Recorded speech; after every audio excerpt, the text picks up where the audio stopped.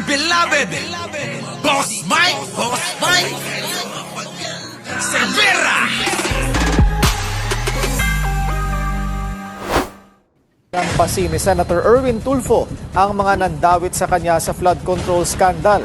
Kinasuhan na naman ng senador sina former Congressman Mike Defensor, Attorney Levy Baligod at apat na iba pa. Ang detalye sa agenda report ni Joash Malimban. Grabe, ito na naman. May sakit na nga si Rodante Marcoleta, nakakulong na nga si Mike Defensor. Abay, dinagdagan pa ng kaso ni...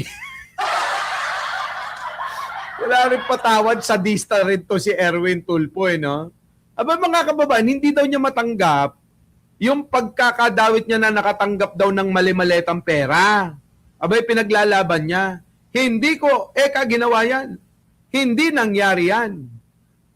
Etong may mga pakana, sila Marcoleta, sila Defensor, at etong mga kargador, abay kakasuhan ko, Hindi maaari na hindi ko kasuhan yung mga hayop na yan. Sabi, mga kababayan, nakaw! Eto na ngayon. Mag-like nga muna kayo.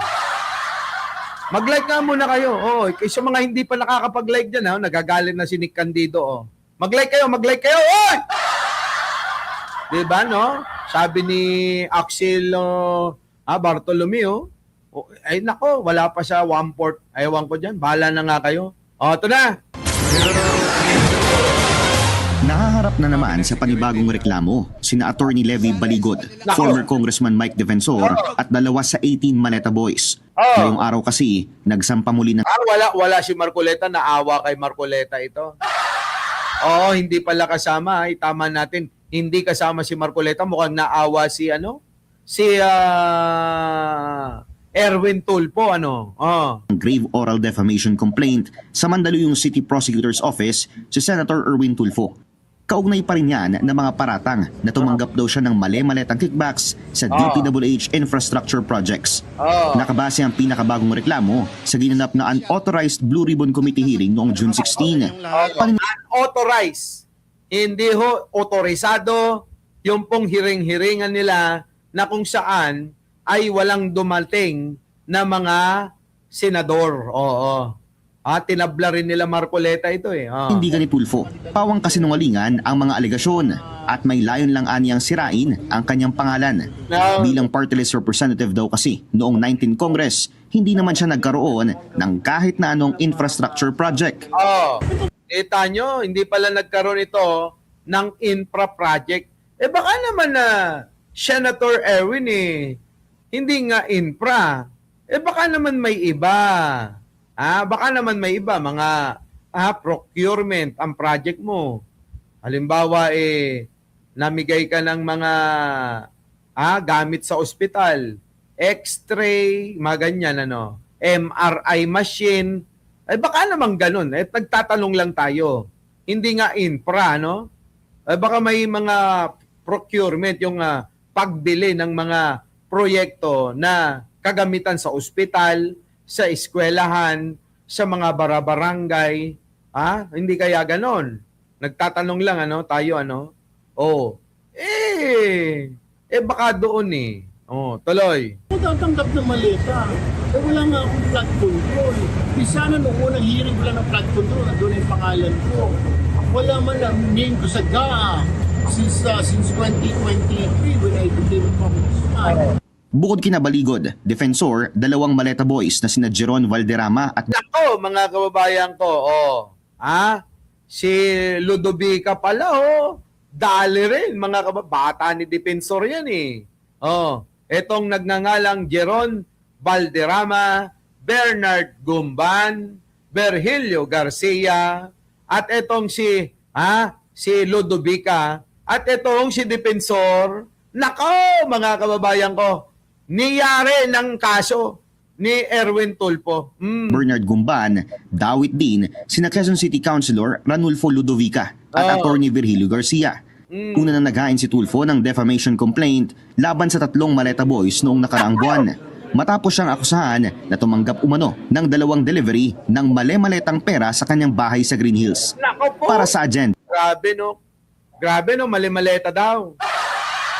So ngayon, silampahan ng kaso. Oh. Ano naman talaga, sino pa yung mga pumunta pa roon sa Congress, na kung ano-ano mga pinagsasabi, na tumanggap ng maleta. At ako tatanggap ng maleta. Oh. Wala nga akong flood control. Oh. Sana nung unang hearing pala ng flood control, nandun na yung pangalan ko. Siyan nga, hindi lang naman kasi sa flood control ang project nyo eh. Oh, kung meron, aminin mo na, hindi ka naman makukulong. Wala man ang name ko sa GAA since 2023 when I became a congressman. Pag-join na Senate, wala rin naman ako sa GAA. Or NEP Expenditure Program. Dapat naka-care of doon. Wala naman akong gano'n. Wala akong infra, wala akong flood control or farm to market rules. Wala. None at all. I didn't get any. Even a single centavo from government projects. Wala. Buti na lang tayo, wala tayong kaso-kaso ng mga cyber libel kasi hindi tayo fake news. Di ba no? Wala tayong kaso-kasong ganyan. Bakit? Hindi tayo fake news eh. Totoo lang yung sinasabi natin eh. Bakit naman tayo makakasuhan? Tayo ang nagkakaso kasi maraming nami-make news sa atin. Kaya sabihin mo sa ante mo, magbayad na siya agad-agad. Arnold Lopez, sabihin mo, ante, magbayad ka na daw agad-agad. Magkano daw yun? Yung dapat na ibabayad mo daw dun sa kabila, kay Mike Cervera mo na lang ibayad. Hay, nako. Kita nyo, ano? Sige tuloy. Kaya, why will I get this so much money from saldi ko? Wala naman akong nakuha at all. Di ba? Wala daw nakuha, tinatanggi. Wala daw nakuha. Ano magagawa ninyo? Di ba, Jeng? Ano magagawa ninyo? Sige, Mona Lisa, Bailon, ano? Sa lahat ng mga bagong dating na mga hindi pa napag-like, mag-like na kayo. Di ba? Ginawa mo pa. Siyempre! Pwede mo namang ano. Di ba? Pwede mo namang PM. Daniel Calderon. Sabi mo, magbayad ka na raw. Baka may iskandalo ka. Nakakahiya yung kapag di ba? Ito yung mga sinaunang mga pambihira naman ano. Tingnan nyo naman tong aking basher. Sinauna pa lang, basher ko na to. Panahon pa lang dinosaur, Grabe, no? Antindi mo talaga yung spam risk. Grabe ka. Hindi ka pa rin ba natatauhan? Walang ya. Wala na yung mga kasama mo. Wala na sila juris. Wala na yung mga bobong kasama mo. Ikaw na lang natitira. Puta, marami na kaming achievement. Kaming mga binabas ninyo. Kita mo naman, yung kaibigan namin, si Attorney Aboy, namamayagpag yung karero, di ba? Ako, lalo. Yung ganda ko, yung beauty ko, namamayagpag. Kayo wala pa rin, Puro pambabas pa rin yung lakad nyo. Luman-luma na yan. Puta, sinauna pa panahon pa ng dinosaur. Basher ko to. Basher ko to. Yung mga hindi makamove on sa akin, yung mga inisnab ko noon. Kaya sila mga parang may sama ng loob. Gusto yata akong matikman. Hindi naman ako kasi hindi naman ako jazz. Di ba? Hindi talagang inggitera sila, Ai-chan. Buhay pa biruin mo, no? Talagang wala pa kayong napapatunayan. Wala na. Yung grupo niyan, puro basher yan, mga kababayan. Kwento ko lang, puro basher sila na puro hindi nga nakikita yung mga muka. Hindi nga nagpapakita kasi nga mga basher sila. Mga bobo walang napapatunayan sa buhay. Di ba no? Spam race ano? Di ba? Di ba no?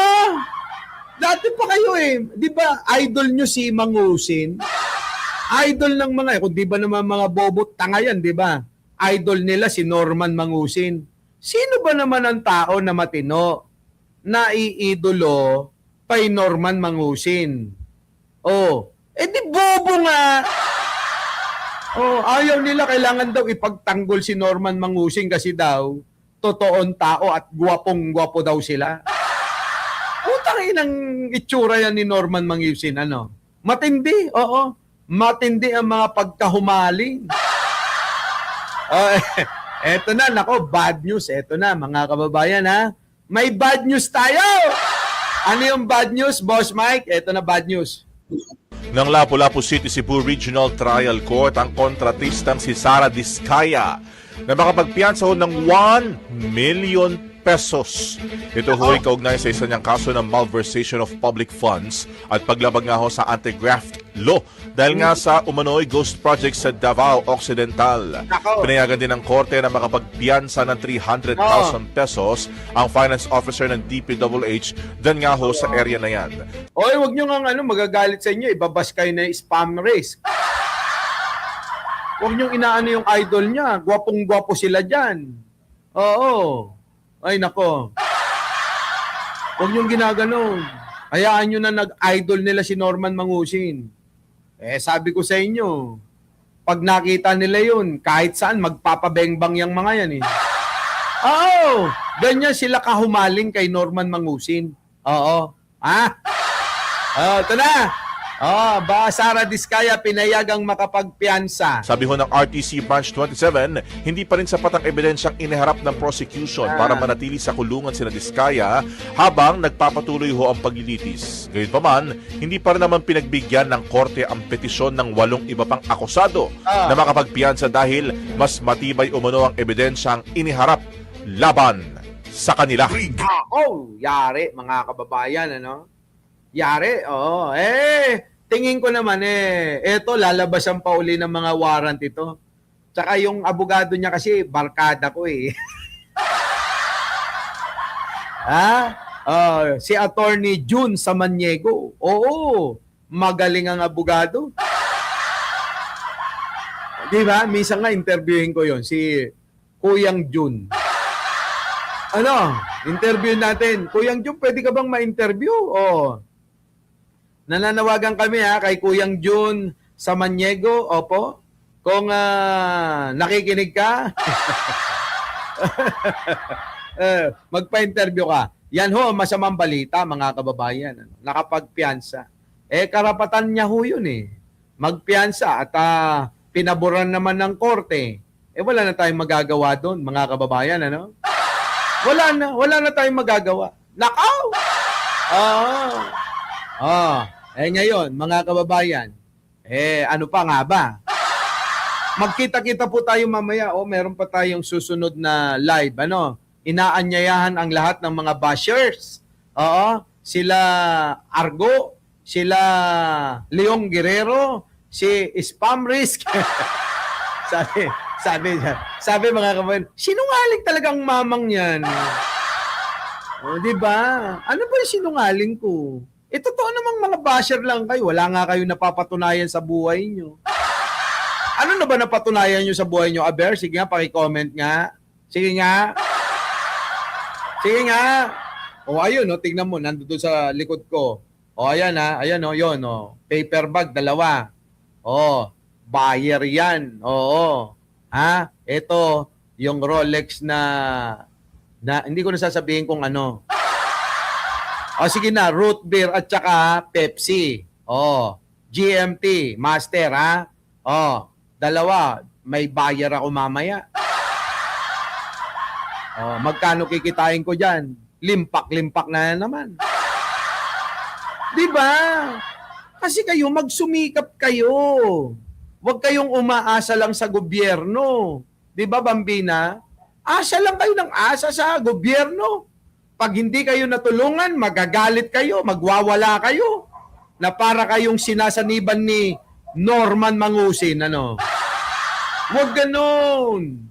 Sabi nga, nung biyanan ni Dolphy, spam race, magsumikap ka! Ganon! Tao pa ko ha! Diba?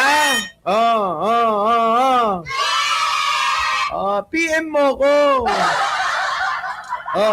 PPM mo ko. Yung pagkakailangan mo ng mga magagandang relo. Diba? Marami tayong hanap buhay. Parang hide, ganyan, di ba? Lahat meron tayo kahit ano. Kahit ano hanapin nyo, meron ako. Huwag lang babae na, tama na. Kasi nagbago na ako, di ba, spam race? Nagbago na ako hindi na ako babaero wala na kayong pag-asa sa akin. Yung mga inaasam-asam nyo na matikman nyo ko, malabo na. Dahil ako, pag nagmahal, isa lang. Hindi katulad ng iba dyan, nila Arnold. Hindi si Arnold Lopez, Ang tinutukoy ko, baka mamaya magalit si Aichang. Pag nagmahal, isa lang. Di ba, Bambina? Pero minsan, tao lang ako, may pagkakataon na natutukso rin. Di ba, ako'y tao lang na nadadarang at natutukso rin. Mayaalis mo ba sa akin kung minsan kitang bengbangin?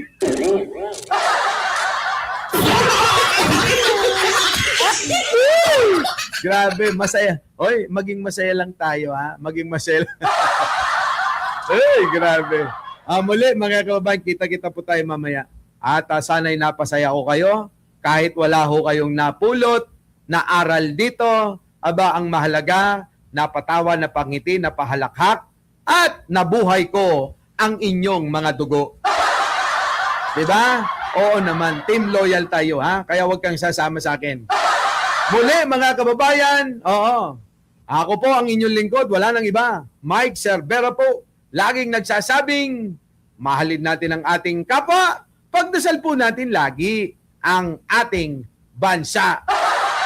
Kaya mo yan, putang ina, kaya mo yan, PM mo ko ang Hilito Untalan. Maraming salamat po.